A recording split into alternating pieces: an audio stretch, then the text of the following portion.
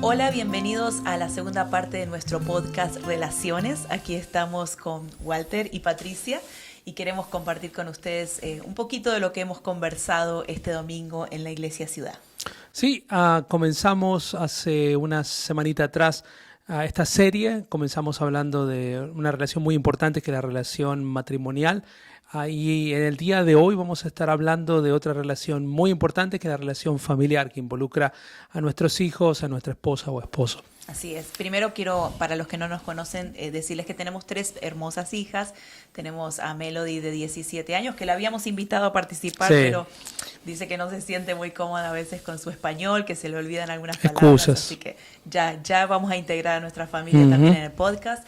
Tenemos a Bianca de 15 años y tenemos también a Camila, que va a cumplir 10 años en 2 semanas.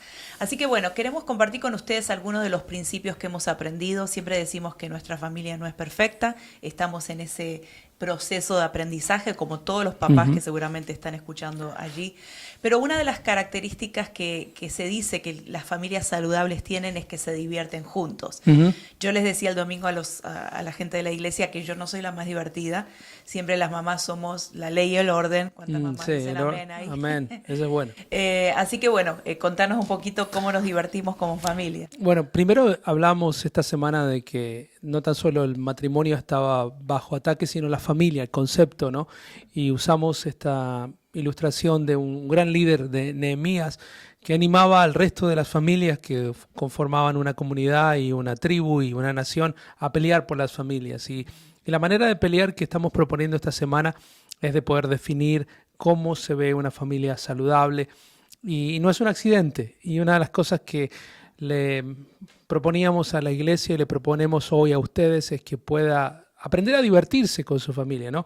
Es tan importante eso. A veces siento que las familias se han transformado en una especie de bootcamp, ¿no? Donde estamos constantemente corriendo de un lugar a otro y no tenemos tiempo para divertirnos. Y no sé cómo se divierten ustedes, pero a mí me divierte el deporte, me divierte pasar tiempo de calidad, me divierte ir a las movies, a veces con mi esposa, que no le gustan mucho las movies, pero sí a mis hijas. Así que tratamos de escaparnos lo más que podamos. Disfrutamos mucho haciendo soccer. También disfrutamos cuando se corta la electricidad y tenemos que hacer juegos de mesa en familia. Ahí a veces tenemos que llegar lamentablemente a ese punto donde tenemos que renunciar a la electricidad, a los teléfonos celulares para poder mirarnos a la cara y divertirnos un rato. Hay que ser sinceros, ¿no? Nosotros también vivimos muy ocupados, como seguramente Claro. todos ustedes que nos están escuchando, y por eso tenemos que ser intencionales en esas áreas, ¿no? Donde quizá siempre nos estamos ocupando y haciendo otras cosas. Camila siempre dice que le gusta la época de huracanes, pobrecita, se ve que nunca pasó por un huracán y yo sé que hay mucha gente que ha sufrido, tenemos muchos amigos que han sufrido el huracán, pero el huracán es el momento donde a lo mejor, como decías vos, se corta la luz, donde a lo mejor no hay otras cosas para hacer, no hay celular, no hay televisión, entonces ¿qué hacemos? Jugamos a juegos de mesa y ella disfruta muchísimo. Ahora han venido sus abuelos también, mis papás de Argentina, y lo que están haciendo es esos juegos de mesa, ¿no? Y los recuerdos que más profundos quedan en la mente y en el corazón de su infancia es acerca de los momentos que nos divertimos. Sí. Yo recuerdo muchas vacaciones, momentos también de juegos con mi familia, con mi hermana, y creo que tenemos que volver a traer eso a nuestras familias, de poder cenar juntos, de poder quizá desenchufarnos de lo que es el celular y tantas cosas y poder tener esos momentos de diversión. Sí, divertirnos es parte de la clave. La Biblia dice a través del hombre más sabio del mundo en Eclesiastés que tenemos que no tan solo divertirnos, tenemos el permiso de divertirnos, sino con quién hacernos. Dice con 2 grupos de personas. Primero es con el amor de la juventud, con la mujer de tu juventud. By the way, estamos celebrando celebramos el jueves, celebramos nuestro 20 aniversario, duodécimo se dice. Creo que sí, 10º aniversario, suena más importante, más caro de esa manera, y tuvimos el tiempo para divertirnos. Y también la Biblia habla de que nuestros hijos son un regalo de Dios, y no sé qué hace usted con su regalo, pero yo es una de las razones que me gusta recibir regalos, es para divertirme. Y tenemos que entender que nuestros hijos no son un prototipo que tiene que ser perfeccionado, sino que un regalo de Dios que tiene que ser disfrutado. Yo sé que a veces queremos la devolución de ese regalo, pero la idea es que podamos aprender a disfrutar de nuestros hijos, ¿no? Así que bueno, a divertirse, familias, busquen esos espacios. Otra de las características de las familias saludables que compartíamos es que las familias saludables crecen juntos. Esto va para todas las edades, porque aún nosotros como adultos, nuestras hijas como adolescentes, como niños, están en ese proceso de crecimiento. Jesús dice que crecía en sabiduría, en conocimiento, aún en la parte social, ¿no? Y la familia es ese lugar para poder crecer, para poder desarrollarnos, para poder desarrollar nuestro carácter. A veces como que le dejamos la tarea de crecer o de desarrollar intelectualmente a la escuela, ¿no? Es como que confiamos en eso y es realidad, es una ayuda, pero la familia tiene que ser el lugar también de enseñanza. Otras veces dejamos a nuestros niños en la parte espiritual como a la iglesia, ¿no? Claro. Como que la iglesia solamente tiene la responsabilidad. Yo siempre digo que como padres y como iglesia y como ministerio de niños y de jóvenes es un trabajo conjunto, colaborativo, donde estamos desarrollando a nuestros niños, pero no es tarea exclusiva de la iglesia, sino de los padres. Claro. Y hay áreas específicas que creemos que la familia es el primer lugar de formación. Hablábamos este fin de semana de que Jesús, la Biblia refleja que estaba creciendo en sabiduría, en conocimiento, en estatura, en gracia con Dios y con el hombre, y habla de todas las áreas de crecimiento. Y la familia es el primer lugar donde el Señor ha diseñado para crecer. Y áreas como, por ejemplo, el área emocional. El área emocional es una de las áreas de crecimiento. Nosotros lidiamos mucho con consejerías a nivel personal, a nivel matrimonial, y una de las razones que nos hemos dado cuenta cuando empezamos a indagar la familia que nos tocó es que muchas veces la familia no le ha ayudado a reconocer emociones, a identificar emociones, a lidiar con esas emociones, y creo que el primer lugar que tenemos para poder ayudar a nuestros hijos, incluso a nuestro esposo, a nosotros hemos aprendido a identificar pocas emociones, tal vez el enojo y la ira. La mujer, ¿cuándo fue? Cuando hicieron ¿cómo se llama? Un ejercicio en la conferencia de mujeres, había un wheel con emociones y jamás había visto tantas emociones que existían. Yo Variedad, ¿no? con 5 emociones creo que puedo identificar todo el menú. Feliz, triste y enojado. Básicamente son las 3 emociones Más que puedo simple, identificar. el hombre más Y las mujeres tenían como 67.000 emociones. Pero tenemos que aprender a identificar las emociones, tal vez no todas, pero ayudar a nuestros hijos a lidiar con ellas. Encima tenés 3 hijas, 4 mujeres en la casa, imagínense las emociones que hay ahí. Pero necesitamos aprender a manejar esas emociones. También los conflictos. Yo creo que en ninguna familia, ustedes que están escuchando ahí me pueden decir que no hay conflicto en su familia, porque entonces yo creo que me está mintiendo. Sí, claro. Pero tenemos conflictos, somos seres totalmente diferentes que vivimos a veces 24/7 en el mismo lugar y estamos compartiendo un montón de conflictos, pero es importante aprender a resolverlos, Claro. porque si aprendemos en la familia podemos resolver conflictos de relaciones Claro. fuera de la familia. Y cuando hablamos de resolver conflictos es cómo lidiar con esas diferencias, que no se lidian a los golpes, con agresividad, con insultos, sino conversando, ¿no? A veces va a haber momentos de enojo y hablábamos la semana pasada, ¿no? Que hay un principio, que el Señor nos deja enojarnos un ratito nomás, porque dice no se ponga el sol sobre vuestro enojo. Entonces el enojo es una emoción que va a surgir en la familia, pero necesitamos resolver ese conflicto antes de que pase el día. Claro. Resolverlo Y inmediatamente. otra vez, sigue siendo la familia el primer lugar que Dios ha diseñado para resolver conflictos. Lo damos cuenta con las personas. Como pastores a veces tenemos que ayudarles a resolver conflictos que lo vemos entre los miembros de la iglesia, los miembros de los equipos, los matrimonios. Y hubiese sido mucho más fácil si los padres le hubiesen ayudado a resolver esos conflictos que son a veces muy básicos y si no se resuelven a tiempo, creo que después encontramos adultos con falta de madurez en esa área de la resolución de conflictos. O se evitan los conflictos. Muchas familias no hablan temas, no se confrontan, no se conversa porque Claro. se evita y se guarda. O se van de la gente que se pelea, se divorcia o se va de la iglesia simplemente porque no supo cómo lidiar con algo posiblemente muy sencillo de lidiar a tiempo. Sí. Otra de las cosas que aprendemos también en la casa es a manejar las pérdidas. Cuando hablamos de pérdidas, Ujú.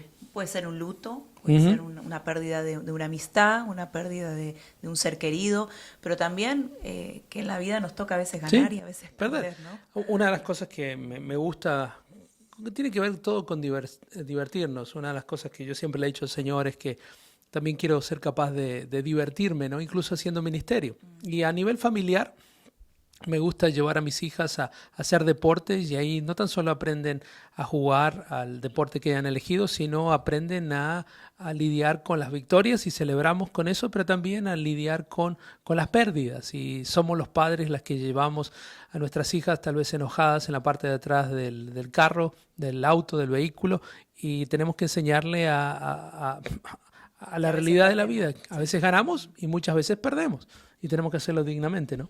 Otro aprendizaje que tenemos para crecer juntos como familia es el tema de los valores, ¿no? Ujú. De que ahí es donde aprendemos los valores. Yo siempre digo que cuando uno enseña ese tipo de cosas no es una clase que uno va a decir, bueno, vamos a tener el jueves a las 7 de la tarde una clase Valores de valores. 101. No, son momentos especiales donde hay situaciones y oportunidades para poder decir, bueno, no, nosotros como hijos de Dios, como Amén. familia cristiana, Ujú. creemos en esto y apoyamos esto. Entonces, esas conversaciones es importante que como familias la tengamos, porque si no, nuestros hijos van a aprender lo que el mundo valora Claro. o lo que la cultura está valorando, Seguro. que muchas veces se opone a la Sí. palabra de Dios. Y otra de las áreas, y con esto cerramos tal vez este punto, es los hábitos, ¿no?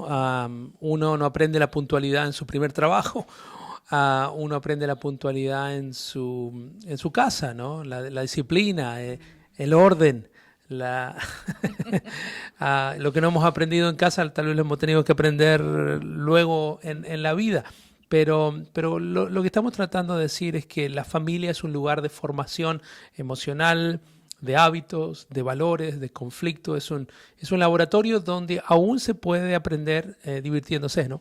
Y hablamos de qué cosas se aprenden, pero también el cómo es importante, Claro. ¿no? Porque es importante que como padres entendamos que nuestros hijos aprenden con el ejemplo. Claro. Muchas veces queremos enseñar a nuestros hijos cosas que nosotros no estamos practicando. Entonces hay una contradicción ahí que nuestros hijos la ven y por eso hay muchos chicos que dicen, no, pero mamá y papá en casa una cosa, en la iglesia Claro. otra cosa.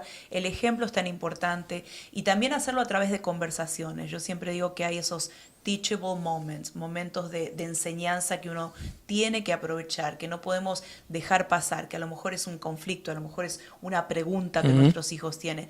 A veces le queremos dar la respuesta de todo Claro. y queremos resolverle todas las situaciones, pero qué importante es también que como padres los llevemos al Señor Amén. y les enseñemos a ellos mismos a escuchar la voz de Dios, porque hay momentos donde papá y mamá no van a estar y van a llegar a su juventud donde no van a poder llamar a mamá y a papá y decir, ¿qué hago ahora?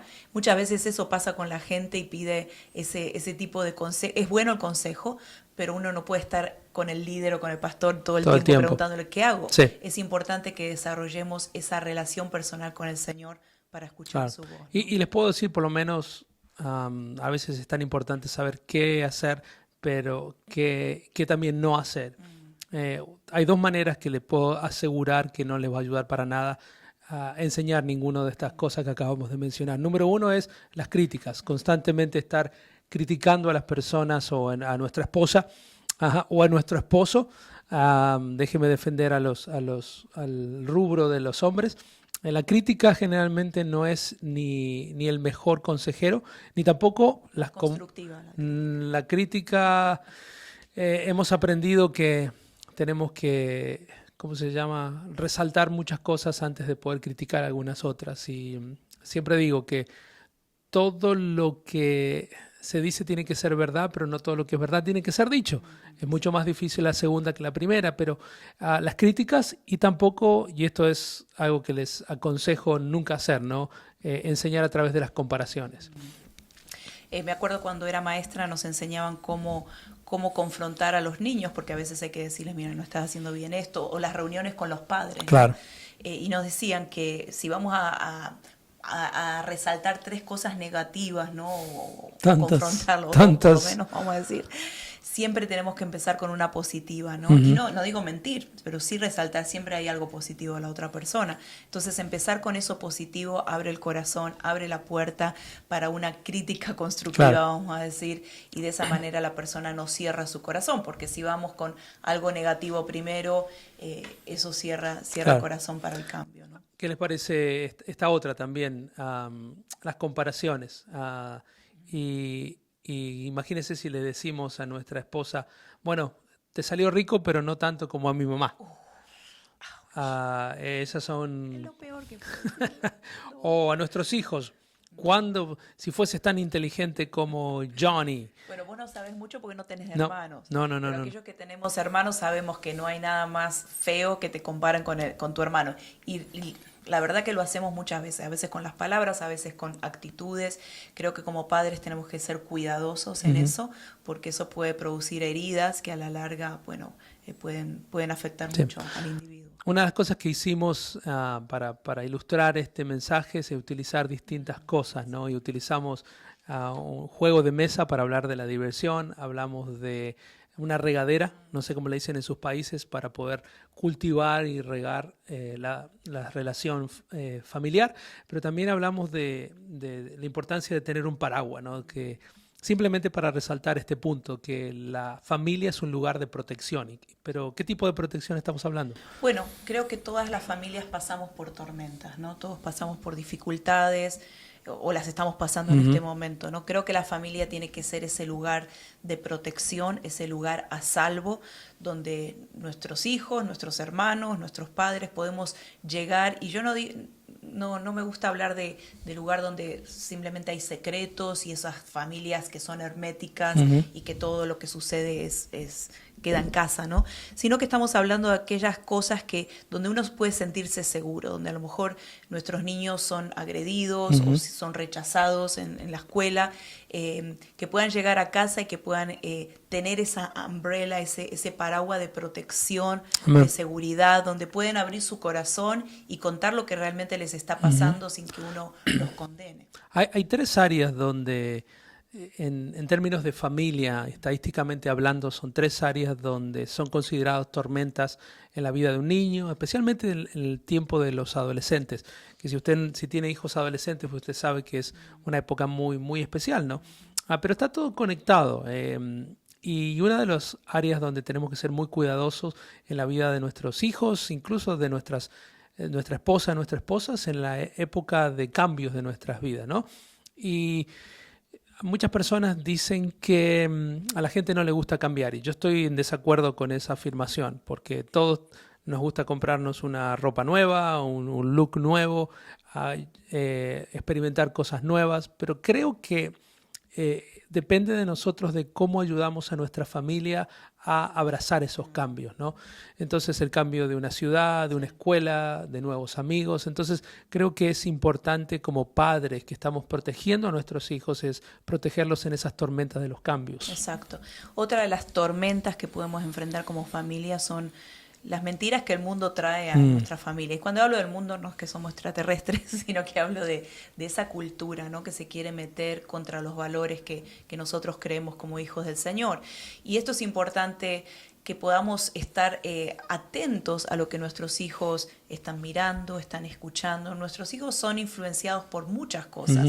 En especial hablábamos el otro día que el adolescente, ya papá y mamá no son los héroes de su vida, sino que son sus pares. Entonces prestan mayor atención muchas veces a sus amigos, a lo que viene de la escuela, y como familias necesitamos protegerlos, no aislarlos, porque no podemos aislarlos, sino enseñarles cuál es esa diferencia, ¿no? Porque si no, el mundo, las influencias de sus amigos, la cultura, va a venir a transformar su manera de creer, su manera de ver las cosas, ¿no? Entonces es importante poder cubrirnos en ese sentido.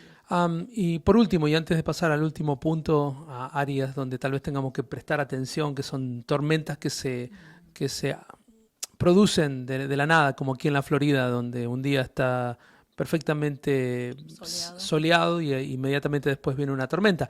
Y es el rechazo, de cómo ayudarle a nuestros chicos a lidiar con el rechazo. Sí. Posiblemente nunca nadie le enseñó a usted a lidiar con el rechazo. A mí me enseñaron a pelear. Si alguien te rechaza, hay que pelearse.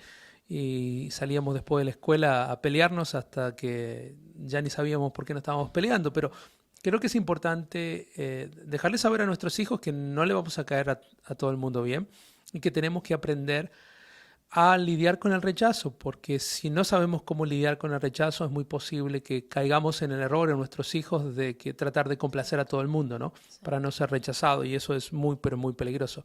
Y el último punto, que creemos que una familia saludable, una familia que se construye no por casualidad, sino con intencionalidad, son las grandes familias, sirven a Dios y a los otros. Es un lugar de servicio, es un lugar donde aprendemos a enseñarles a nuestros hijos que no estamos aquí simplemente para satisfacer nuestras necesidades, lograr nuestras metas, sino poder ayudar a los demás. Yo digo que es mirar más allá de nuestro círculo, ¿no? A veces las familias estamos tan cerrados en nosotros mismos, nos enfocamos en nuestros problemas, en nuestras situaciones, que nos olvidamos que hay un mundo necesitado, ¿no? Y como familias cristianas, creo que somos familias con propósito. Claro.